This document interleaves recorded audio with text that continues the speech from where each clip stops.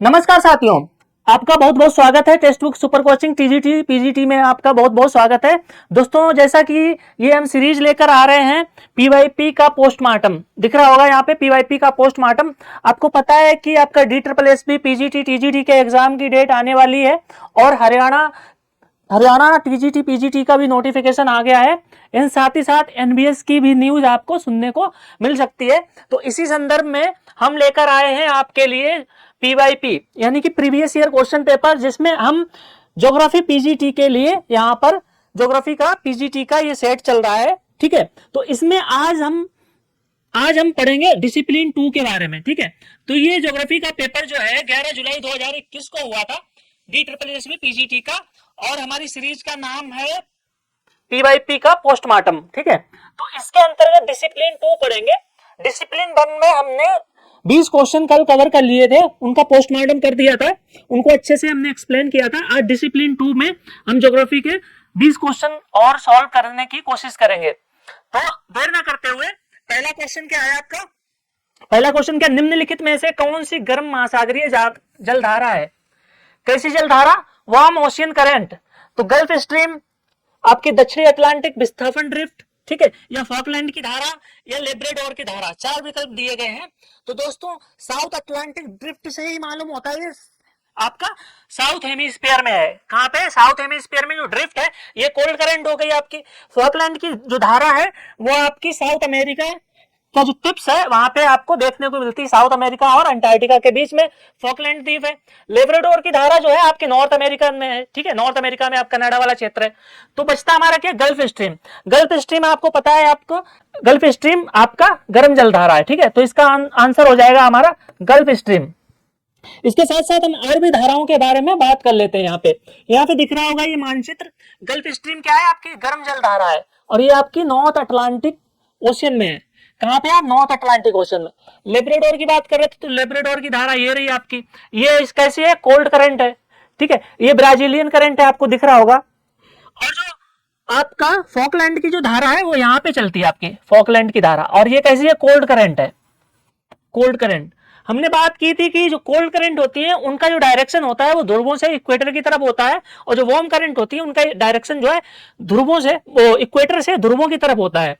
और north hemisphere की बात करें तो नॉर्थ हेमिस्फीयर में जो करंट का एक जो डायरेक्शन होता है वो आपका कैसा होता है? क्लॉकवाइज होता है। कैसा होता है? क्लॉकवाइज होता है। और साउथ हेमिस्फीयर में जो डायरेक्शन है एंटी क्लॉकवाइज होता है। कैसा होता है? एंटी क्लॉकवाइज होता है। यहाँ पे देख सकते हैं आप, ये अलास्का की धारा है और ये आपकी कैलिफोर्निया की धारा है। अलास्का जो करंट है ये आपका गर्म जल धारा है, कैलिफोर्निया की जो करंट है ये आपकी ठंडी जल धारा है। वहीं यहाँ पे कल हमने डिस्कस किया था हम्बोल्ट की धारा। हम्बोल्ट की धारा को किस नाम से जानते हैं? पेरू की जल धारा के नाम से भी हम जानते हैं। तो ये भी कैसी है? ये भी आपकी कोल्ड करंट है।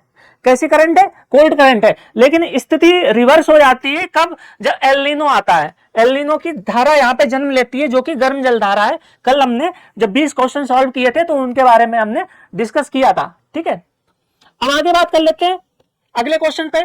उससे पहले हम यहाँ पे देख लेते हैं, ये क्यूरोसियो की जलधारा है, ये आपकी कैसी? गर्म जलधारा। और ओयोसियो को आपको क्यूराल धारा भी बोलते हैं, क्यूराल करंट भी बोलते हैं। ठीक है, तो इसके बारे में एक हम अलग से सेपरेट लेक्चर में हम बात कर लेंगे ओशियानिक करंट के बारे में। तो हमारा उत्तर क्या हो जाएगा? आपका गल्फ स्ट्रीम। ठीक है, अब दोस्तों यहाँ पे बात देखने को मिल रही है कि क्वेश्चन हमने देखा, यहाँ पे स्ट्रीम लिखा है, कहीं पर ड्रिफ्ट लिखा है, और कहीं पे आप करंट भी सुनते हैं। तो सोचिए और इसके बारे में जानकारी इकट्ठा कीजिए कि ड्रिफ्ट, करंट एंड आपका स्ट्रीम, ये 3 शब्द है, इनका क्या अंतर है? क्या ये एक ही है या अलग अलग है? ठीक है, तो आगे बढ़ते हैं। दूसरा क्वेश्चन है कि निम्नलिखित में से कौन सी प्रक्रिया ऊर्जा को जारी करती है, यानी कि ऊर्जा का मोचन होता है या ऊर्जा निर्मुक्त होती है, रिलीज होती है। ठीक है, तो यहाँ पे 4 पॉइंट दिए गए। पहला क्या है? मेल्टिंग। दूसरा क्या है? एवोपोरेशन यानी कि बाष्पीकरण। तीसरा क्या है? सब्लिमेशन। ठीक है, चौथा क्या है? कंडेंसेशन, संघनन। तो यहाँ पे देख लेते हैं मेल्टिंग क्या होता है। मेल्टिंग आपका सॉलिड से आपका लिक्विड में कन्वर्जन होता है। ठीक है, बाष्पीकरण में क्या होता है? लिक्विड से आपका किसमें? गैस फॉर्म में। ठीक है, ये हो गया आपका बाष्पीकरण।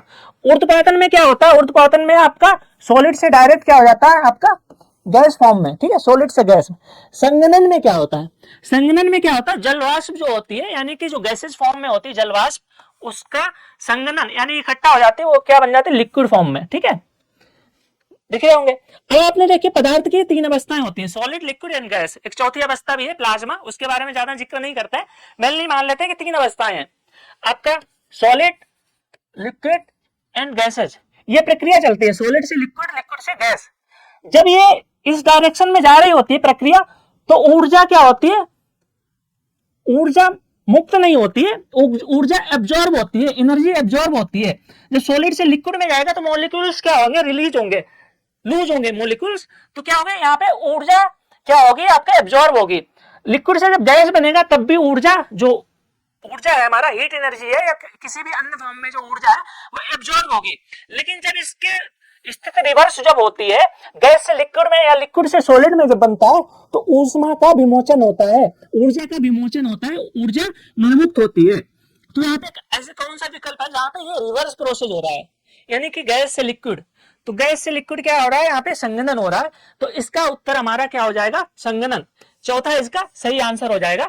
यानी कि जो संघनन की प्रक्रिया होती है, जब किसी हवा में जब कोई जल वाष्प है, उसकी जो कंडीशन है, रिलेटिव ह्यूमिडिटी है, वो मैक्सिमम हो जाती है और एयर जो है वो सेचुरेशन पॉइंट पे चली जाती है, तब क्या होता है, संघनन होता है। संघनन के बाद क्या होता है, बारिश होती है, वर्षा होती है, यानी कि वर्षण होता है। ठीक है, प्रेसिपिटेशन होता है, वो किसी भी फॉर्म में हो सकता है, आपका बर्फ के फॉर्म में हो सकता है, आपका वर्षा के रूप में हो सकता है, आपका ओस भी हो सकता है, कोहरा भी हो सकता है, कुहासा भी हो सकता है। ठीक है, ध्यान रखेंगे।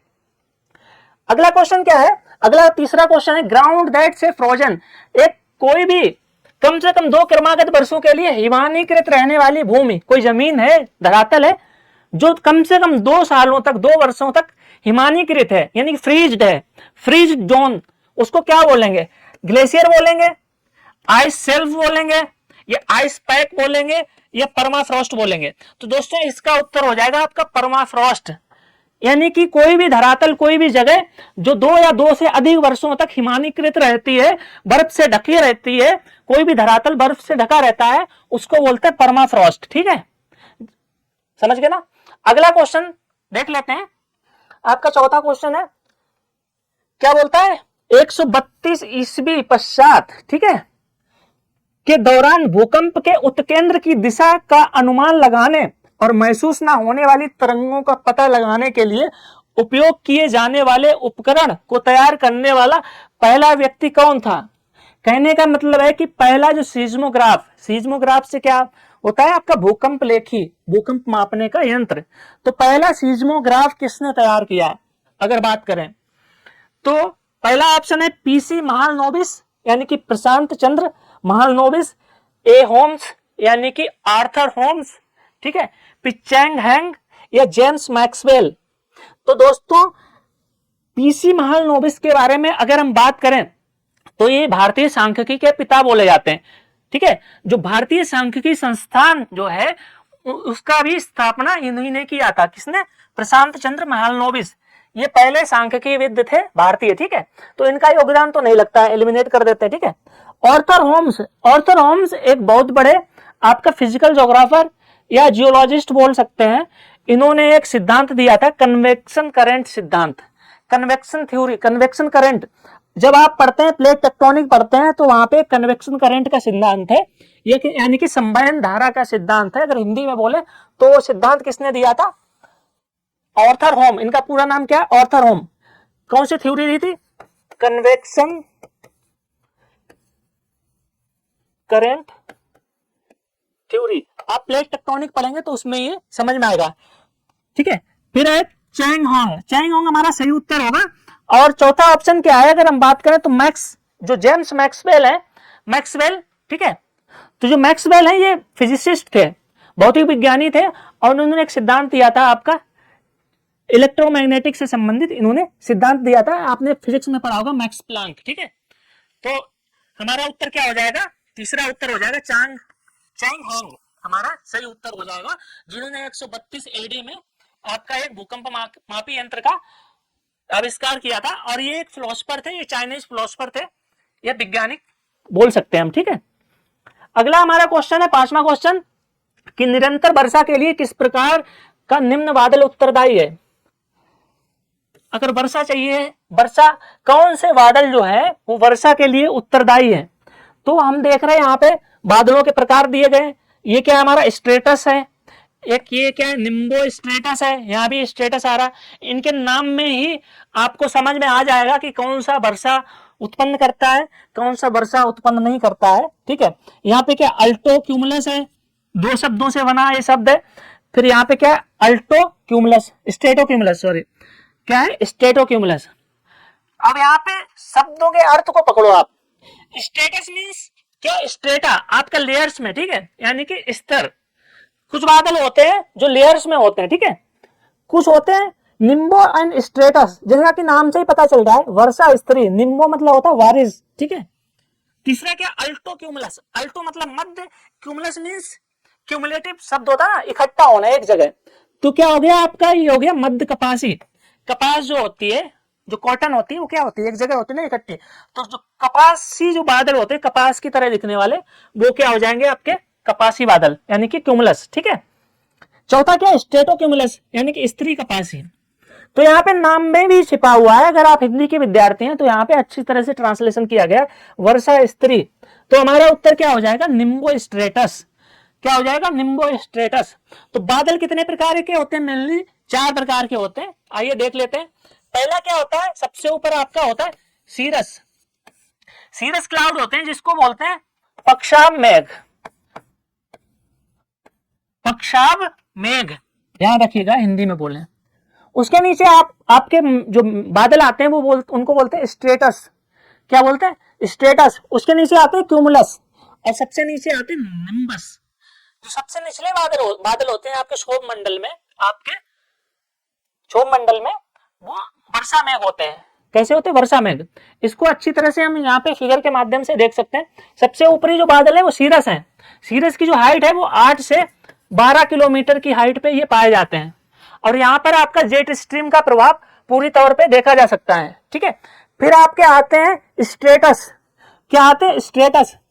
कभी कभी अल्टो स्ट्रेटस या निम्बो स्ट्रेटस ये मिलके बन जाते हैं जब एक दूसरे के जोन में जाते हैं, ठीक है। इसके बाद कौन से बादल आते हैं, क्यूमुलस। कौन से आते हैं, क्यूमुलस। और सबसे नीचे बादल जो होते हैं वो निम्बो। कैसे होते हैं, निम्बो, ठीक है। तो इनको मिलकर क्या बनता है, सबसे हाई बादल जो है वो सीरो स्ट्रेटस भी हो सकते हैं, सीरो क्यूमुलस भी हो सकते हैं, ठीक है। स्ट्रेटस एंड क्यूमुलस। जो मिडिल में आते हैं वो क्या हो जाएंगे आपके, वो अल्टो स्ट्रेटस और निम्बो स्ट्रेटस, ठीक है, और अल्टो क्यूमुलस भी हो जाएंगे। और सबसे लो जो बादल होते हैं आपके वो क्या हो जाएंगे, आपको क्यूमुला निम्बस और अल्टो, आपको स्ट्रेटो क्यूमुलस एंड स्ट्रेटस, ठीक है। ध्यान रखिएगा, जो सबसे निचले बादल होते हैं यानी कि निम्बस, वो सबसे निचले पाए जाते हैं आपके 3 से 4 किलोमीटर की हाइट पे, ठीक है, 3 से 4 किलोमीटर की हाइट पे। और ये जोन होता है आपका 4 से 8 किलोमीटर, जो मिडिल बादल होते हैं, ठीक है, मिडिल में पाए जाने वाले। ध्यान रखिएगा। आगे बढ़ते हैं। अगला क्वेश्चन क्या है कि 1919 में पृथ्वी की उत्पत्ति की व्याख्या करने के लिए ज्वारीय परिकल्पना, ठीक है, कौन सी परिकल्पना, ज्वारीय, यानी कि टाइडल हाइपोथेसिस। टाइडल हाइपोथेसिस का प्रतिपादन किसने किया, तो सर जेम्स जीन्स, ठीक है, पैरा लाप्लेस, ठीक है। तीसरा ऑप्शन क्या, आर.एस. मॉर्गन, और चौथा ऑप्शन है टी.सी. चैम्बरलिन। तो इसका जो सही उत्तर है वो आपका ज्वारीय से क्या हो जाएगा, आपका जेम्स जीन्स। पहला ऑप्शन आपका सही हो जाएगा, ठीक है। अब इसके बारे में थोड़ा समझ लेते हैं। एनसीईआरटी में ये क्वेश्चन दिया गया है।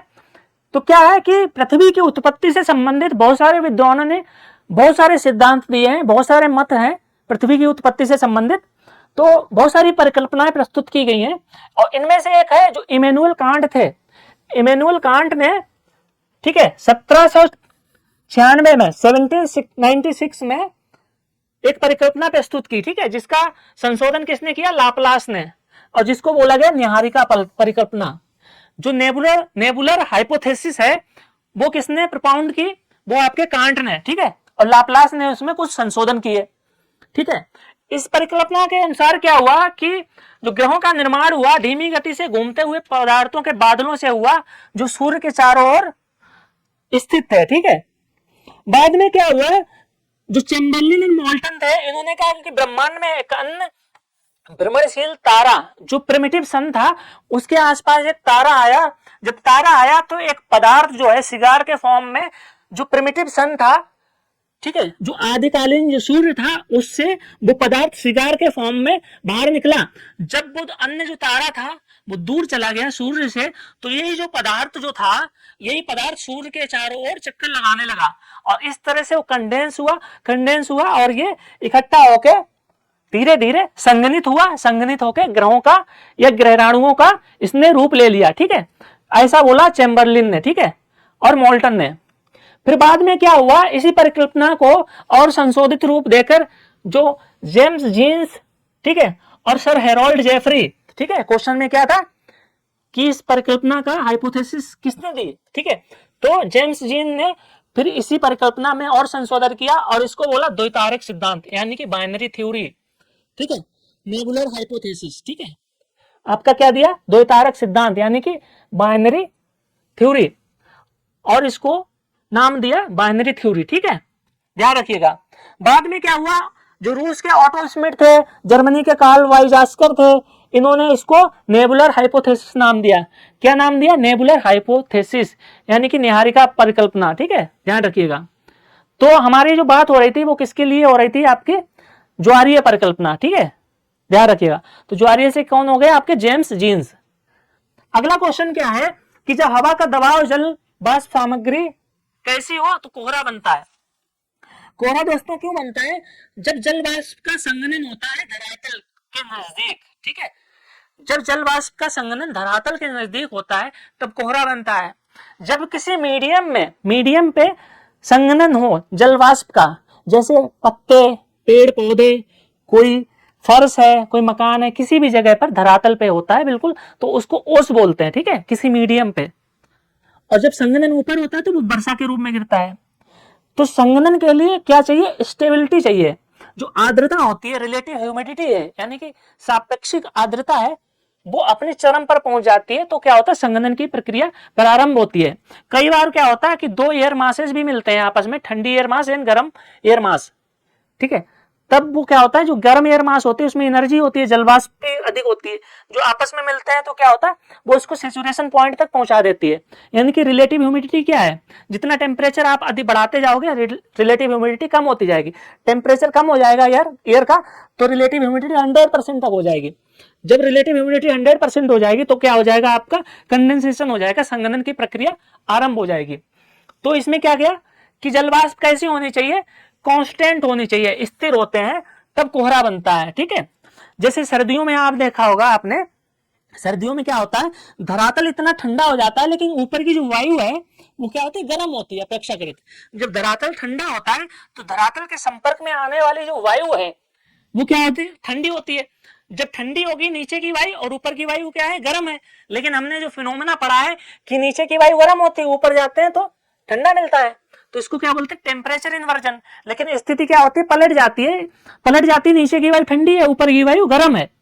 तो नीचे की ठंडी वायु के संपर्क में जब गर्म वायु आती है तो क्या होता है, कंडेंसेशन स्टार्ट हो जाता है, उसकी रिलेटिव ह्यूमिडिटी जो है वो क्या हो जाती है, मैक्सिमम पहुंच जाती है तो कंडेंसेशन हो जाता है।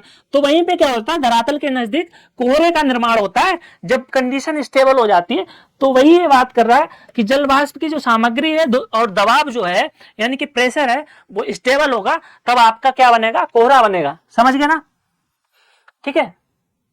अगला क्वेश्चन 8वां कि फ्योर्ड या फिजोर्ड, दिख रहा होगा आपको, फ्योर्ड या फिजोर्ड किसके द्वारा निर्मित स्थलाकृति है, लैंडफॉर्म है। आपने देखा होगा एनसीईआरटी ज्योग्राफी 11th क्लास में बहुत सारी अपर्दन, ठीक है, आपका इरोजन डिपोजिशन से संबंधित बहुत सारे लैंडफॉर्म बनते हैं, यानी कि अपर्दन या निक्षेपण के द्वारा बहुत सारे लैंडफॉर्म का निर्माण होता है, ठीक है, ध्यान रखिएगा।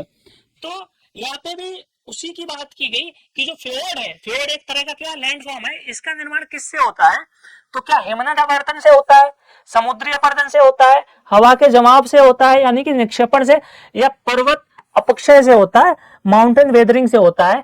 तो दोस्तों इसका जो आंसर होगा वो आपका एक ऐसी टोपोग्राफी है, ग्लेशियल टोपोग्राफी है। कैसी है, ग्लेशियल, यानी कि हिमनद के द्वारा इसका निर्माण होता है, हिमनद का जो अपरदन होता है, ध्यान रखिएगा। डिपोजिशन नहीं, अपर्दन। तो हिमनद के जो अपर्दन के दौरान फ्योर्ड का निर्माण होता है। और ये ऐसी स्थलाकृति है, ये जो स्कैंडिनेवियन कंट्री हैं, आपके उत्तरी यूरोप के जो देश हैं, वहां तो आपने देखा होगा कि साल भर बर्फ जमी रहती है, हिमानियां जमी रहती हैं, ठीक है। तो वहां पे इस तरह की स्थलाकृतियां बहुत अधिक मात्रा में पाई जाती हैं। और ये स्थलाकृतियां जो होती हैं, इस तरह की लैंडफॉर्म होती है, ये समुद्र के किनारे पर पाई जाती हैं। जब हिम का अपर्दन होता है तो इस तरह से सकरी सकरी खाइयां बन जाती हैं, जिसमें क्या होता है, तटों के किनारे जब समुद्र का जल पिघलता है, बर्फ पिघलती है, तो इन खाइयों में क्या होता है, आपका पानी भर जाता है समुद्र का। जैसा कि आप यहाँ पे देख पा रहे होंगे, ये क्या है, आपका फ्योर्ड है। क्या है, आपका फ्योर्ड है। और इसका जो निर्माण होता है वो इरोजन के कारण होता है, न कि डिपोजिशन के कारण। और इरोजन किसका होता है, इरोजन किसके द्वारा होता है, ग्लेशियर के द्वारा, ठीक है, ध्यान रखेंगे। अगला क्वेश्चन है आपका, नौवां क्वेश्चन है कि the process through which wind transfer warm और कूल एयर हॉरिजेंटली। ध्यान रखिएगा यहाँ पे एक शब्द हॉरिजेंटल, यानी कि क्षैतिज रूप से जो वार्म यानी कि ठंडी या गर्म हवा को क्षैतिज रूप से एक से दूसरे स्थान पर स्थानांतरित करने की जो प्रक्रिया है, उसको क्या कहा जाता है। हवा चलती है, आपने देखा होगा, उच्च वायुदाब से निम्न वायुदाब की तरफ हवा का परिवहन होता है, हवा चलती है, जिसको क्या बोलते हैं, पवन। वायु तो हर जगह है, वायु और हवा का जब चलता हुआ रूप है, डायनेमिक नेचर है, उसको क्या बोलते हैं, पवन बोलते हैं। जब पवन चलेगी, ठीक है, तो जो हीट ट्रांसफर है, ट्रांसफर ऑफ हीट, उस प्रक्रिया को क्या बोलते हैं। तो पहला ऑप्शन है कि कन्वेक्शन, संवहन। दूसरा क्या है, कंडक्शन, ठीक है, यानी कि चालन। तीसरा क्या है, एब्जॉर्प्शन, यानी कि अवशोषण। चौथा क्या है, एडवेक्शन, यानी कि अभिवहन, ठीक है। 4 ऑप्शन दिए गए, आप देख सकते हैं यहाँ पे। तो convection, conduction, absorption and advection, ठीक है। तो बारी बारी से देखते हैं कि कन्वेक्शन क्या है। हमने पढ़ा था convection current theory. Convection current कि जब धरातल गर्म होता है, तो धरातल गर्म होता है, धरातल के संपर्क में आने वाली जो वायु है वो क्या होती है, वो हल्की होती है। हल्की होती है तो वायु क्या होती है, ऊपर उठना शुरू होती है। आपने देखा होगा वायुदाब पेटी के बारे में पढ़ा होता। और ये फिनोमेना किसी भी जगह हो सकता है। जब वायु ऊपर उठती है, ऊपर उठती है तो ठंडी होती है, ठंडी होती जाती है। तो जो हीट ट्रांसफर है नीचे से ऊपर की तरफ, इसको क्या बोलते हैं, संवहन। और ये कैसा फिनोमेना है, ये आपका वर्टिकल है। आपका कैसा वर्टिकल, यानी कि ऊर्ध्वाधर फिनोमेना है आपका। ये कैसा फिनोमेना है, कैसी प्रक्रिया है, ऊर्ध्वाधर प्रक्रिया है कि नीचे से ऊपर तक, ठीक है। तो इसमें भी क्या होता है, वायु द्वारा क्या होता है, हीट ट्रांसफर होता है, ठीक है, ऊर्जा का ट्रांसफर। दूसरा क्या है, कंडक्शन। आपने छोटी क्लास में खूब अच्छी तरह से पढ़ा होगा साइंस में, कंडक्शन क्या है। कंडक्शन क्या होता है, किसी मीडियम में बिना उस मीडियम के ट्रांसफर के जब हीट का ट्रांसफर होता है, यानी कि लोहे की एक छड़ ले लो, उसको आग के पास रख दो, तो लोहे का एक टिप है, पहले ये गर्म होगा आपका, ये वाला हिस्सा, ये सबसे अधिक गर्म होगा और हीट का ट्रांसफर इससे इससे इससे इससे होता हुआ चला जाएगा। दिख रहा होगा आपको, सबसे ज्यादा गर्म ये होगा और सबसे कम गर्म ये वाला हिस्सा, ठीक है। तो इसी को बोलते हैं आपका चालन। और ये जो हीट ट्रांसफर है, इस प्रक्रिया को क्या बोलते हैं, कंडक्शन, ठीक है। इसमें हमने क्या किया, मीडियम का ट्रांसफर नहीं किया, जबकि कन्वेक्शन में क्या होता है, वायु का ट्रांसफर, वायु ही ऊपर उठ के जा रही है, ठीक है, जो गर्म वायु है वो ऊपर उठ के जा रही है। तो ये हो गया आपका चालन। तीसरा क्या है, एब्जॉर्प्शन, अवशोषण। अवशोषण क्या होता है, एक पदार्थ का दूसरे पदार्थ में घुल जाना, मिल जाना, ठीक है, अवशोषण होता है, ठीक है, कोई भी पदार्थ। चौथा ऑप्शन क्या है, एडवेक्शन। अब बात आती है एडवेक्शन की। जब वायु हॉरिजेंटल रूप से यानी कि क्षैतिज रूप से जब ट्रांसफर होती है, यानी कि हाई प्रेशर से लो प्रेशर की तरफ, ठीक है, उस प्रक्रिया को बोलते हैं एडवेक्शन, यानी कि हिंदी में अभिवहन। क्या बोलते हैं, अभिवहन। तो इसका उत्तर हो जाएगा हमारा चौथा। क्या हो जाएगा, चौथा उत्तर हमारा हो जाएगा, ठीक है। अब क्वेश्चन नंबर 10 की तरफ बढ़ते हैं कि निक पॉइंट। आपने सुना होगा कि निक पॉइंट क्या है, बहुत सारे जीवन में भी निक पॉइंट होते हैं, ठीक है। तो यहाँ पे बात की गई है नदी के निक पॉइंट की, कि नदी के मार्ग में की उपस्थिति से निक पॉइंट की पहचान की जा सकती है। निक पॉइंट क्या होता है, निक पॉइंट को आप किक से समझ लो कि जीवन में किक नहीं मिलती यार जिंदगी में, ठीक है, तो वही नदी का भी एक निक पॉइंट है। निक पॉइंट के एब्रप्टली चेंज इन कोर्स, अचानक से, कोर्स नहीं, स्लोप में चेंज। जब नदी का जो स्लोप है अचानक से चेंज होता है उसको निक पॉइंट बोलते हैं। अभी तो आराम से आ रही थी नदी, धीरे धीरे 2-3 डिग्री इंक्लाइनेशन था, अचानक से इंक्लाइनेशन बहुत अधिक हो जाता है। तो इसका कारण क्या होता है? इसका कारण होता है कि जो वहां की स्थलाकृति है, हो सकता है वो पर्वतों से उतर के सीधा मैदानी भाग में आ गई है, या कठोर चट्टानों से निकलकर कुछ सेडिमेंट्री चट्टानों की तरफ आ गई है, जहां कटाव अधिक है, हो सकता है उसका फ्लो, उसका अफवाह बहुत ज्यादा तीव्र हो गया हो। तो यहाँ पे चार ऑप्शन दिए गए हैं, तो इसका उत्तर हमारा हो जाएगा कठोर चट्टान, हार्ड रॉक। जब हार्ड रॉक पड़ती है तो अचानक से क्या होता है, नदी का जो स्लोप है वो चेंज होता है, उसी को आप क्या बोलते हैं, निक पॉइंट बोलते हैं या निक स्थान बोलते हैं। ठीक है, तो क्या उत्तर हो जाएगा आपका हार्ड रॉक। कठोर चट्टानों की उपस्थिति से निक पॉइंट की पहचान की जा सकती है। अब क्वेश्चन नंबर है आपका 11। ठीक है क्या है 11, निम्नलिखित में से कौन सी अवसादी चट्टानें कार्बनिक रूप से बनती हैं? कौन सी अवसादी चट्टान है? जिप्सम भी आपका अवसादी चट्टान है, सेल ये भी अवसादी चट्टान है, सॉल्ट रॉक जो है ये भी अवसादी चट्टान है, आपका लाइमस्टोन यानी कि चूना पत्थर ये भी अवसादी चट्टान है। लेकिन अभी हमें पहचान क्या करनी है, किसमें कार्बनिक पदार्थ यानी कि कार्बनिक रूप से बनती है। कार्बनिक पदार्थ तो सभी में होंगे, लेकिन इसका जो फॉर्मेशन है, उसकी जो प्रक्रिया है वो कार्बनिक रूप से होती है। ठीक है, कार्बोनेशन की प्रक्रिया होती है, यानी कि ऑर्गेनिकली बनती है। ठीक है, जीव जंतुओं का इन्वॉल्वमेंट रहता है। तो इसका उत्तर हमारा हो जाएगा लाइमस्टोन। क्या हो जाएगा? लाइमस्टोन हमारा उत्तर हो जाएगा। क्यों हो जाएगा? क्योंकि यहाँ पे देख लेते हैं कि लाइमस्टोन क्या होता है, ऑर्गेनिकली फॉर्म्ड होता है। क्यों? इसका जो एक्युमुलेशन होता है, आपने देखा होगा shell, coral, algal and faecal debris, आपकी जो मूंगे की चट्टानें होती हैं, या आपकी समुद्र में देखा होगा आपने मूंगे की चट्टान जिनको कोरल रीफ बोलते हैं, वो भी क्या है आपका कैल्शियम ही है ना, चूना पत्थर की चट्टानें ही है वो। ठीक है, तो इसका एक्युमुलेशन होता है। दूसरा क्या होता है, प्रेसिपिटेशन से भी हो सकता है। कैल्शियम कार्बोनेट है आपके समुद्री जल में, तो इसका प्रेसिपिटेशन हो जाता है, यानी कि निक्षेपण हो जाता है। कहाँ हो जाता है? धरातल में। तो जैसे खड़िया पत्थर है, जो खड़िया बनती है आपने देखा होगा, वो कैसे बनती है? प्रेसिपिटेशन से ही बनती है। तो आपका लाइमस्टोन जो है हमारा राइट आंसर है। ठीक है, limestone is primarily composed of mineral calcite यानी कि कैल्शियम कार्बोनेट। ठीक है, इसमें पाया जाता है और ऑफन कंटेन फॉसिल और सेल, ठीक है, फ्रेगमेंट, और making it clear example of organically formed sedimentary rock. ये कैसी रॉक है? सेडिमेंट्री रॉक है, यानी कि अवसादी चट्टान है। तो हमारा राइट आंसर हो जाएगा आपका लाइमस्टोन यानी कि चूना पत्थर। ठीक है, अब अगले प्रश्न पर चलते हैं। प्रश्न नंबर आपका है 12। ठीक है, तो क्या कहता है कि भूकंप लिख या भूकंप मापी, ठीक है, सीज्मोग्राफ, सीज्मोग्राफ द्वारा सैकड़ों झटके दर्ज किए जाते हैं या किए गए हैं। ठीक है, यह क्या हो गया आपका एसर्शन, अभिकथन। कारण क्या है कि भूकंप लिख यानी कि सीज्मोग्राफ पृथ्वी के आंतरिक खंडों, पहला तो क्या है, सैकड़ों झटके दर्ज किए जाते हैं, बिल्कुल सही बात है। सीज्मोग्राफ पे क्या दर्ज किए जाते हैं? जो P waves, S wave and L wave की जो तीव्रता है, उनके फ्रिक्वेंसी है, वो दर्ज की जाती है। ठीक है, तो पहला तो हमारा बिल्कुल सही है, पहला कथन जो है सही है। कारण क्या है? भूकंप लिख पृथ्वी के आंतरिक खंडों के रहस्यों को जानने में हमारी मदद करते हैं। ठीक है, क्या करते हैं? मदद करते हैं। पृथ्वी की आंतरिक संरचना किस प्रकार की है, हम पृथ्वी की आंतरिक संरचना के बारे में पढ़ते हैं। तो वो कैसे पढ़ते हैं? उसका जो स्रोत है वो क्या है? वो सीज्मोग्राफ है। तो बिल्कुल ये भी हमारा सही है। ठीक है, तो इसका उत्तर क्या हो जाएगा आपका? Both are correct. ठीक है, आर एक्सप्लेन ए, ठीक है, दोनों सही है, और आर ए की व्याख्या करता है। तो हमारा तीसरा ये सही हो जाएगा। ठीक है, इसका आंसर क्या हो जाएगा? 3। क्या हो जाएगा? 3। अब देखा हमने, ये क्या है? Question number 13। क्वेश्चन नंबर 13 क्या कहता है? पृथ्वी की निम्नलिखित में से कौन सी परतें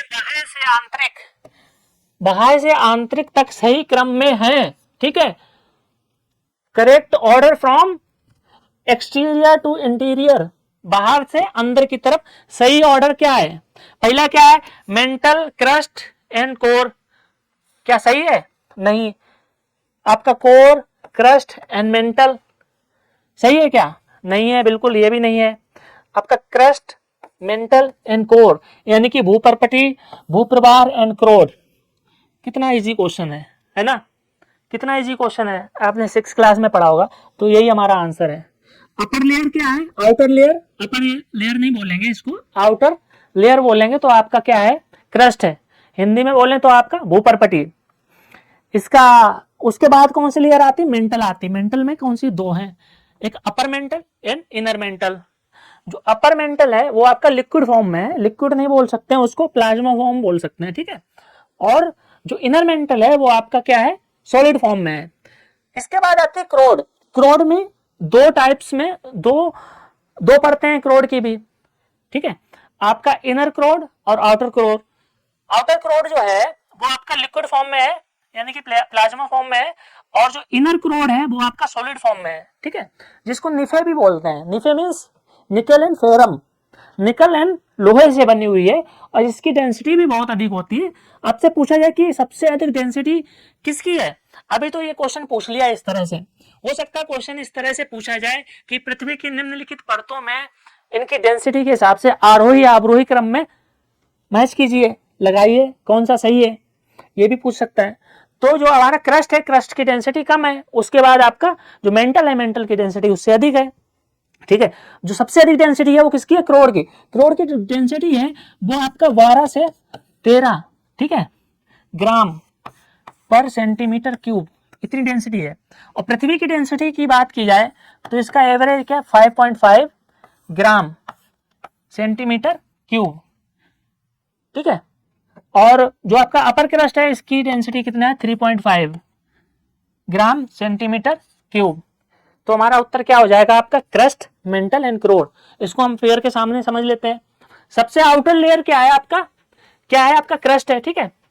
ये यहां तक क्रस्ट की जो गहराई होती है अप टू 100 किलोमीटर तक होती है, डिपेंडिंग अपॉन कि ये समुद्र के नीचे नाप रहे हैं या हिमालय पर्वत के नीचे नाप रहे हैं, ठीक है। समुद्र के नीचे नापोगे तो ऑब्वियसली 4-5-6 किलोमीटर या 7 किलोमीटर तक ही होगी, ठीक है, इसकी गहराई। लेकिन हिमालय या अन्य पर्वत पठारों के माध्यम से नापोगे तो आपको इसकी गहराई है वो 100 किलोमीटर तक मिलेगी। क्रस्ट के बाद आता है आपका upper mantle and lower mental. ये आपका अपर मेंटल है और ये आपका लोअर मेंटल है, ठीक है, दिख रहा है आपको, ये आपका अपर मेंटल है।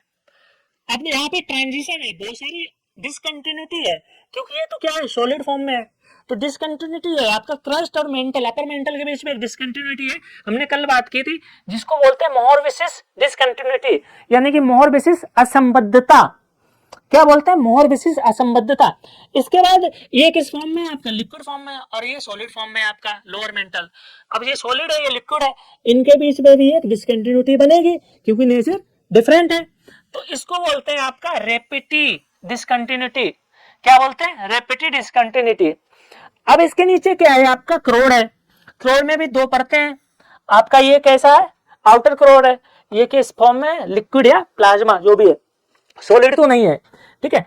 अब ये लोअर मेंटल एंड अपर क्रोड के बीच में भी एक डिसकंटिन्यूटी बनती है, जिसको बोलते हैं गुटेनबर्ग डिसकंटिन्यूटी। याद रखिए क्वेश्चन पूछा गया था, ये क्वेश्चन एग्जाम में आया हुआ है, हो सकता है यहीं से क्वेश्चन बने। फिर आप देख रहे हो यहाँ पे जो क्रोड है, आउटर क्रोड एंड इनर क्रोड, ठीक है, ये आपका सॉलिड फॉर्म में है, तो इसके बीच में भी एक डिसकंटिन्यूटी है जिसको बोलते हैं लेहमैन। अब यहाँ पे क्या है, लोहा है, लोहा से लेहमैन याद रख लीजिएगा, आयरन मैन, ठीक है, लेहमैन या लोहा मैन, और अंग्रेजी में बोले तो आयरन मैन, ठीक है। तो दिख रहा होगा यहाँ पे, ठीक है, ये फिगर रट लीजिएगा, ध्यान रखिए, यहां से क्वेश्चन जरूर बनेगा। अब क्वेश्चन नंबर आपका 14 है।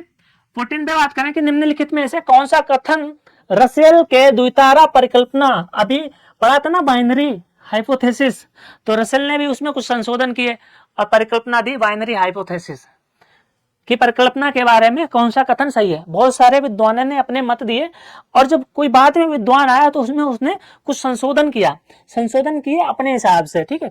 तो रसेल ने भी संशोधन करके जो नेबुलर हाइपोथेसिस थी उसको द्वितारा यानी कि बाइनरी हाइपोथेसिस नाम दिया। तो उसके बारे में कथन क्या सही है, तो this theory was postulated by Kant 1950-60। क्या ये सही है, अभी हमने पढ़ा था, ये 1790 के करीब, 1700 1790 के करीब इन्होंने थ्योरी दी थी कांट ने, ठीक है। तो ये हमारा गलत हो जाएगा। इस परिकल्पना ने साथी तारे से बाहर निकले पदार्थ से ग्रहों के निर्माण की व्याख्या की। इसने बोला एक दूसरा तारा था साथी तारा, ठीक है, इन सिस्टर स्टार, ठीक है, जो आया उससे ग्रहों का निर्माण हुआ। तो इस पे रुकते हैं। दूसरा क्या, according to this theory the matter of the universe existing in the form of dense and huge primordial matter, ठीक है, ये बिल्कुल गलत है, ऐसा भी नहीं है, ठीक है। Russell was the first view, Russell ने सूर्य के चारों ओर 3 घूमते हुए तारे का उल्लेख किया, ठीक है, रसल का विचार था, गलत है, ठीक है, ये गलत है, ये हमारा सही होगा। रसल ने द्वितारा परिकल्पना दी। तो द्वितारा परिकल्पना क्या थी कि एक जो हमारा जो सन है, प्रिमिटिव सन था, उसके चारों ओर क्या था, कुछ नहीं था, और एक दूसरा स्टार आया जो कि उसके साइज में और उसका बहुत बड़ा था, उसकी ग्रेविटेशनल फोर्स भी बहुत ही अनंत थी। तो क्या हुआ, जब वो पास से गुजरा तो वहां से सूर्य से कुछ पदार्थ जो था वो बाहर निकला सिगार के फॉर्म में।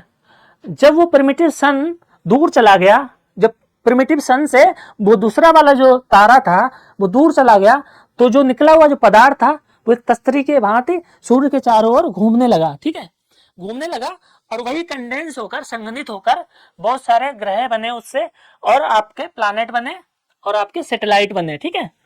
तो ये परिकल्पना द्वितारा परिकल्पना के नाम से जानी जाती है, ठीक है, ध्यान रखेंगे। तो इसका उत्तर हमारा क्या हो जाएगा, साथी तारे की बात की गई, ठीक है। यहां पे देख लेंगे कि material ejected from the companion star to the sun, ठीक है, और अभी हमने बता दिया है तो इसको आप पढ़ लेंगे, ठीक है। क्वेश्चन नंबर 15 क्या कहता है, महाद्वीपीय जल सीमा की उत्पत्ति निम्नलिखित में से किस प्रक्रिया के कारण होती है। कॉन्टिनेंटल शेल्फ, हमने कल पढ़ा था कि कॉन्टिनेंटल शेल्फ क्या है, जो आपका कॉन्टिनेंटल स्लोप है, और ये आपके क्या शेल्फ है, ठीक है, और ये क्या तट, ये तट है, ठीक है, और ये पानी है, तो ये क्या है आपका शेल्फ है, ठीक है। कॉन्टिनेंटल शेल्फ यानी कि महाद्वीपीय जल सीमा की उत्पत्ति से संबंधित निम्नलिखित में से कौन सा कारण जिम्मेदार है। तो पहला क्या, एक्युमुलेशन ऑफ ब्लैक सोइल, काली मृदा, क्या है उत्तर सही होगा, काली मृदा से याद आता है कि गलत है। Simple faulting along the continental margin, ये प्लेट टेक्टोनिक से उत्पन्न, बहुत सारे कारण हैं जो कॉन्टिनेंटल शेल्फ के बनने के बहुत सारे कारण हैं, लेकिन एक कारण ये भी है फॉल्टिंग, यानी प्लेट टेक्टोनिक वाला जो कारण है कि कॉन्टिनेंटल मार्जिन का सिंपल फॉल्टिंग होता है, यानी कि महाद्वीपीय उपांत यानी कि मार्जिन के साथ सरल फॉल्टिंग यानी कि भ्रंशन की प्रक्रिया के कारण जो महाद्वीपीय जल सीमा यानी कि कॉन्टिनेंटल शेल्फ का निर्माण होता है। दोस्तों क्या होता है, हम आगे देख लेते हैं। देखिए क्या होता है, यहाँ पे दिख रहा होगा आपको ये कॉन्टिनेंटल शेल्फ, ठीक है, ये कॉन्टिनेंटल क्रस्ट है, ये आपका ओशियनिक क्रस्ट है, और ये आपका ओशियन है, ये स्लोप है, ठीक है, ये क्या स्लोप है, और ये राइज है। तो कॉन्टिनेंटल शेल्फ की जो चौड़ाई होती है वो अलग अलग होती है हर महासागर में। तो इन्होंने जो जो उत्तर दिया है यहाँ पे कि फॉल्ट उत्पन्न होते हैं, क्या उत्पन्न होते हैं, फॉल्ट, यहाँ पे फॉल्ट उत्पन्न होते हैं, जिससे कारण क्या होता है, जो धरातल का एक हिस्सा है, तटीय हिस्सा, वो नीचे धसता है तो वहां पे समुद्र का पानी आ जाता है, ठीक है। ये महाद्वीप का ही भाग होता है, ध्यान रखिएगा। ये किसका भाग है, यहां से यहां तक, ये आपका कॉन्टिनेंटल का क्रस्ट का ही भाग है, समुद्री क्रस्ट का भाग नहीं है, ओशियानिक क्रस्ट का भाग नहीं है। जब फॉल्ट उत्पन्न होते हैं तो वहां पे क्या होता है, धसाव उत्पन्न होता है, ठीक है, ध्यान रखिएगा, क्या होता है, धसाव उत्पन्न होता है, जिसके कारण ये महाद्वीपीय जल सीमा या समुद्री जल सीमा का निर्माण होता है, ठीक है। अगला प्रश्न क्या है, प्रश्न नंबर 16, बहुत ही इंटरेस्टिंग प्रश्न है हमारा, कि विश्व की सबसे गहरी मीठे पानी की झील का क्या नाम है। तो पहला क्या है, लेक सुपीरियर, ठीक है, lake Victoria, lake Baikal, lake Pulicat, बताइए भाई। थोड़ा पॉज कर देते हैं, पॉज करके आप देख लीजिए, इन पर विचार कीजिए, ऑप्शन भी बहुत जबरदस्त दिए गए हैं, ठीक है। तो लेक सुपीरियर की बात करें तो ये कहाँ पे, यूएसए एंड कनाडा के बॉर्डर पे है, और ये ग्रेट लेक्स में से एक है, ठीक है, 5 ग्रेट लेक्स है ना, महान झीलें, उनमें से एक है और उनमें सबसे बड़ी है। विश्व में अगर क्षेत्रफल की दृष्टि से देखें, क्षेत्रफल की दृष्टि से तो लेक सुपीरियर सबसे नंबर 1 पे है, क्षेत्र सरफेस एरिया में, ध्यान रखना सरफेस एरिया में। लेकिन यहाँ पे क्या पूछा, गहरी। तो गहरी की बात करें तो लेक बैकाल सबसे गहरी झील है जिसकी गहराई 1700 मीटर तक है। कितनी है, 1700। और ये प्लेट टेक्टोनिक एक्टिविटी से निर्मित है बैकाल लेक। और ये मीठे पानी की झील है, यानी कि अलवणीय झील है। कैसी, अलवणीय झील है। दूसरा दर्जा भी है इसके पास, एक दर्जा तो ये हो गया कि सबसे गहरी। दूसरा दर्जा क्या है, वह वॉल्यूम ऑफ वाटर, सबसे अधिक पानी का जो आयतन है वो भी इसी के पास है। आयतन की दृष्टि से भी जो बैकाल लेक है वो नंबर 1 पे है, याद रखिएगा। अगर ऐसा प्रश्न बनता है कि आयतन की दृष्टि से सबसे बड़ी झील कौन सी है, तो वो भी क्या हो जाएगा आपका, लेक बैकाल। आयतन की दृष्टि से लेक बैकाल हो गई पहले नंबर पर। तो दूसरे नंबर पे कौन सी आएगी आपकी, लेक विक्टोरिया। विक्टोरिया लेक दूसरे नंबर पे है। ये भी क्या है, अलवणीय झील है, यानी कि मीठे पानी की झील है। लेक विक्टोरिया दूसरे नंबर पे आ गई। और तीसरे नंबर पे आती है आपकी लेक सुपीरियर। तो ये कैसी है, आयतन की दृष्टि से, पानी के आयतन की दृष्टि से नंबर 1 पे क्या है आपका, बैकाल। नंबर 2 पे विक्टोरिया। नंबर 3 पे आपका लेक सुपीरियर। ये क्वेश्चन बन गया। लेकिन सरफेस एरिया की बात करें, सरफेस एरिया के हिसाब से सबसे बड़ी झील कौन सी हो गई, आपका सुपीरियर। ठीक है। लेकिन गहराई, क्वेश्चन क्या पूछा, गहराई की दृष्टि से सबसे गहरी ये क्या हो गई, बैकाल झील। अब लेक पुलिकट कहाँ है आपकी, आंध्र प्रदेश में। ये कैसी है, लगून झील है। एक क्या है, लगून झील है, ध्यान रखिएगा। ये कहाँ पे है आपका, लेक पुलिकट, आंध्र प्रदेश में। अब क्वेश्चन नंबर 16 पे चलते हैं। ठीक है, क्वेश्चन नंबर 16 ही था, तो इसका उत्तर हो जाएगा आपका बैकाल झील। अब यहाँ पे देख लेते हैं आप कि लेक सुपीरियर, मिशिगन, ये क्या है आपके ग्रेट लेक्स हैं। क्या है आपके ग्रेट लेक्स हैं। तो आपका पश्चिम से पूरब की तरफ देखें तो सबसे नंबर पे क्या आती है, सुपीरियर लेक। दूसरा क्या है, मिशिगन लेक। क्या आती है आपका, मिशिगन। तीसरे नंबर पे क्या आती है, ह्यूरॉन, एरी एंड ओंटारियो। क्या आती है, ओंटारियो। तो ये 5 लेक्स हैं, आप मैप में देख सकते हैं। तो इसका ट्रिक भी है याद रखने की। क्या ट्रिक है, होम्स, ह्यूरन, ठीक है, Ontario, Michigan, eri and superior. ध्यान रखिएगा। इसका ट्रिक क्या है, होम्स। होम से आप इनके नाम याद कर सकते हैं। ठीक है। दूसरा ट्रिक है सुपर हीरो। सुपर से सुपीरियर, हीरो से हीरोन, मिशिगन से क्या हो जाए, super hero must eat, it से इरी, मस्ट ईट ओट्स। ये भी इसके एक ट्रिक है, आप नेट पे देख सकते हैं, तो इनको आप याद कर सकते हैं। ठीक है। अगला क्वेश्चन है हमारा क्वेश्चन नंबर 17। निम्नलिखित में से कौन सा अस्थिरीकृत या अस्तरीय मृदा समूह है, यानी कि एजोनल। सोइल कितने प्रकार की होती है, जोनल और दूसरा आजोनल। सोइल जो मृदा प्रक्रिया होती है, सोइल फॉर्मेशन होती है, तो उसकी बहुत लंबी अवधि, बहुत टाइम लगता है। तो मृदा में क्या होता है, स्तर बनते हैं, जिसको स्तरीकृत मृदा बोलते हैं। अगर जो सोइल प्रोफाइल आपने देखी हो, जिसको हिंदी में बोलते हैं मृदा परिच्छेदिका, उसमें बहुत सारे स्तर बनते हैं। ठीक है, होरिजन, क्या बोलेंगे, होरिजन। तो होरिजन डेवलप जो होते हैं उनके बारे में अभी हम पढ़ेंगे। तो यहाँ पे पूछा गया ऐसी कौन सी सोइल है जिसमें होरिजन या स्तर नहीं बनते हैं, स्तरीकृत मृदा नहीं है, अस्तरीकृत मृदा है। ठीक है, अस्तरीय मृदा है। तो इसका आंसर हमारा हो जाएगा जलोढ़ मृदा। क्योंकि जलोढ़ मृदा जो है वो आपका किससे बनती है, सिल्ट से, आपके डेब्रिज से, ठीक है, आपका अपर्दन से, इन सारी प्रक्रियाओं से बनती है। और इसकी ये कैसी मृदा है, ये सबसे नवीन मृदा है। कैसी है, नवीन।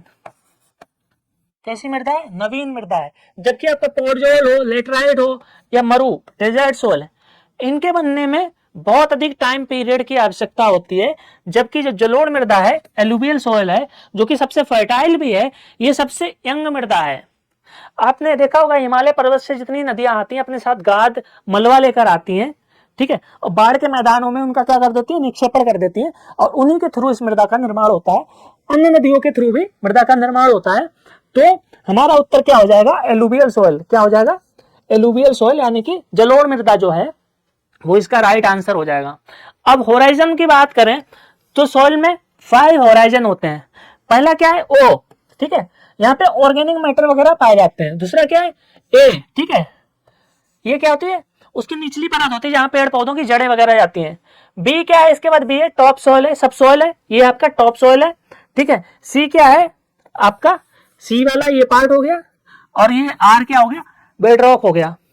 अगर आपसे क्वेश्चन पूछा जाए तो इसको कैसे याद रखेंगे? इसको याद रखने की ट्रिक है ओ ए, ठीक है, बोलते ना ए, बीसीआर, बीसीआर तो जानते होंगे। तो ऊपर से नीचे तक क्या बोलेंगे? ओ ए बीसीआर, ठीक है। किसी को बुलाया ओए बीसीआर, ठीक है। तो ऐसे आप इसको याद रख सकते हैं, ठीक है। अगला क्वेश्चन क्या है? Question number 18। क्वेश्चन नंबर 18 क्या है? भूमध्य रेखा के उत्तर में अटलांटिक महासागर की मध्य अटलांटिक कटक, ठीक है, मिड अटलांटिक रिज, जिसका निर्माण कैसे हुआ है? बताओ दोस्तों। जिसका यहाँ पे कौन सी बाउंड्री बनती है? डाइवर्जिंग या कन्वर्जिंग? यहाँ पे क्या होता है? विनाश होता है, निर्माण होता है। तो यहाँ पे कैसी बाउंड्री बनती है? डाइवर्जिंग। यहाँ पे निर्माण होता है, विनाश नहीं होता है। विनाश होता है जहाँ समुद्री प्लेट महाद्वीपीय प्लेट से मिलती है, तो वहां पे क्या होता है? कन्वर्जन होता है, कन्वर्जिंग प्लेट बोलते हैं उनको।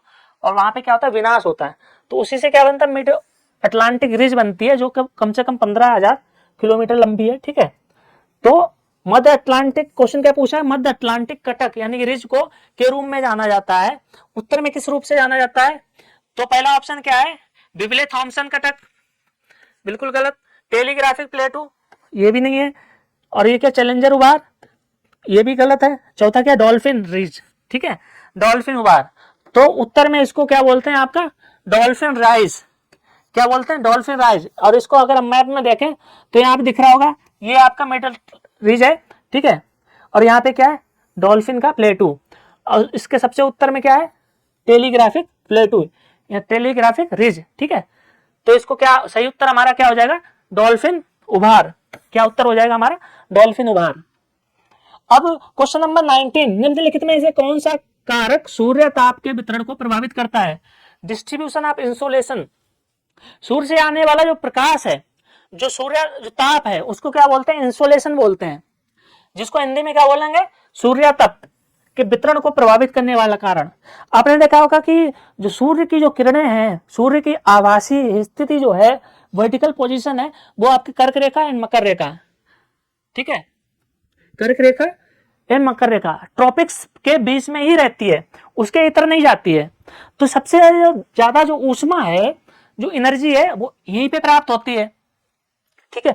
ध्रुवों की तरफ इतना इंसोलेशन प्राप्त नहीं होता है, ठीक है, ध्रुवों की तरफ नहीं प्राप्त होता है, लेकिन वहां पर हीट ट्रांसफर किसी अन्य कारण से भी होता है। तो जो इंसोलेशन की प्रक्रिया है, उसको प्रभावित करने वाला जो कारक है, उसमें से कौन सा है? कि डिस्टेंस बिटवीन चंद्रमा और पृथ्वी के बीच की दूरी? बिल्कुल नहीं। रात की लंबाई, ये भी कारक नहीं है, ठीक है। किसी क्षेत्र की भूआकृति, किसी क्षेत्र की भूआकृति से कोई संबंध नहीं है, क्योंकि ये ताप की बात नहीं कर रहा है, ये इंसोलेशन की बात कर रहा है, तो ये भी कारण नहीं है। चौथा क्या है आपका? सन स्पॉट। सन स्पॉट को अगर हिंदी में बोलेंगे तो सौर कलंक। तो सूर्य में बहुत सारे धब्बे पड़ जाते हैं, कुछ एरियाज पनपते हैं, कुछ एरिया डेवलप होते हैं, जिनको कोल्ड स्पॉट बोलते हैं।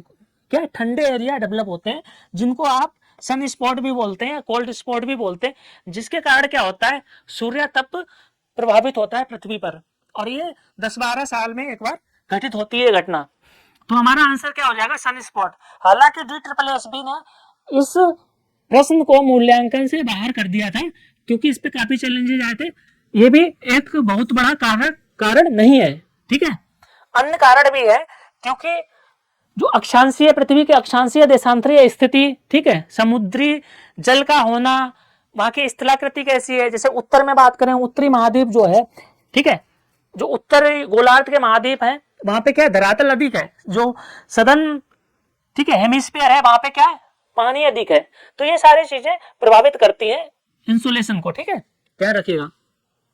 अब हमारा अगला प्रश्न क्या है? सबसे लास्ट प्रश्न है, 20वां प्रश्न है कि इनको मैच करिए, कौन सा करेक्टली मैच्ड है। तो निम्नलिखित में से कौन सा सुमेलित है? तो पहला क्या है? बायोस्फीयर। बैरिस्फीयर मतलब ये पृथ्वी की आंतरिक स्थिति के बारे में ये तीनों पॉइंट्स दिए गए। तो बैरिस्फीयर मतलब, बैरी का मतलब होता है ठोस, सबसे ज्यादा ठोस। तो सबसे ज्यादा जो ठोस चीज है पृथ्वी पे वो कहां पे पाई जाती है? आपके जो क्रोड एरिया है, ठीक है, जो आपका कहां पाई जाएगी? आपका जो क्रोड है, आंतरिक क्रोड, जो कैसे बनी है? निफे से, आपका निकल एंड फेरम, तो वहां होगा। लेकिन यहाँ पे क्या बोला गया? 2780 किलोमीटर। तो 2780 किलोमीटर पे देखें तो यहाँ पे क्या मेंटल होती है, 2900 किलोमीटर तक क्या होती है? आपका मेंटल होती है, यानी कि भूप्रभार। तो वो भी कैसे? सॉलिड फॉर्म में होती है। तो यहाँ पे अगर घनत्व की बात करें तो घनत्व अधिक नहीं होगा, घनत्व सबसे अधिक कहाँ होगा? आपका इनर क्रोड में। तो ये हमारा ये विकल्प गलत हो जाएगा, ठीक है। दूसरा विकल्प क्या है? स्थल मंडल। स्थल मंडल की जो मोटाई है वो 100 किलोमीटर तक, ठीक है। स्थल मंडल आपका ऊपरी क्रस्ट, ठीक है, आपका जो क्रस्ट है, क्रस्ट से और आपका ऊपरी मेंटल से मिलकर बनता है, ठीक है। ये क्या हो जाएगा? स्थल मंडल 100 किलोमीटर। तो ये हमारा सही हो जाएगा। तीसरा क्या? पायरोस्फीयर। पायरो शब्द क्या है? हीट के लिए आता है, टेम्परेचर के लिए, जहां सबसे अधिक टेम्परेचर है। और पृथ्वी के आंतरिक भाग में सबसे अधिक टेम्परेचर कहाँ होगा? या तो आपके टेम्परेचर कहाँ होगा? आपके मेंटल, जो अपर मेंटल है वहां पे होगा। और उससे भी अधिक टेम्परेचर कहाँ होगा? आपका कहाँ होगा बताइए? जो आपका अपर क्रोर है, आउटर क्रोर, वहां पे सबसे अधिक टेम्परेचर पाया जाएगा। तो ये भी हमारा गलत है। तो हमारा जो सही उत्तर होगा वो कौन सा होगा? हमारा उत्तर होगा आपका ओनली एक, ठीक है। तो ये भी गलत है आपका, ये भी गलत है, और ये हमारा सही है। तीसरा विकल्प क्या है? सही है। तो ये हमारा सही उत्तर होगा। तो दोस्तों, जो पी का पोस्टमार्टम की जो सीरीज है उसका जो डिसिप्लिन 2 के हमने 20 क्वेश्चन आज खत्म किए। कल हमने 20 क्वेश्चन खत्म किए थे, तो टोटल 40 क्वेश्चन हो गए। आपका जो सब्जेक्टिव जो क्वेश्चन आते हैं वो 180 आते हैं, 20 क्वेश्चन पेडागोजी के आते हैं। DSSB की बात करें, टोटल क्वेश्चन कितने आते हैं? 300 आते हैं, जिनको आपको 3 घंटे में करना रहता है, ठीक है। तो नेक्स्ट सीरीज में हम अगले 20 क्वेश्चन या 40 क्वेश्चन लेके आएंगे।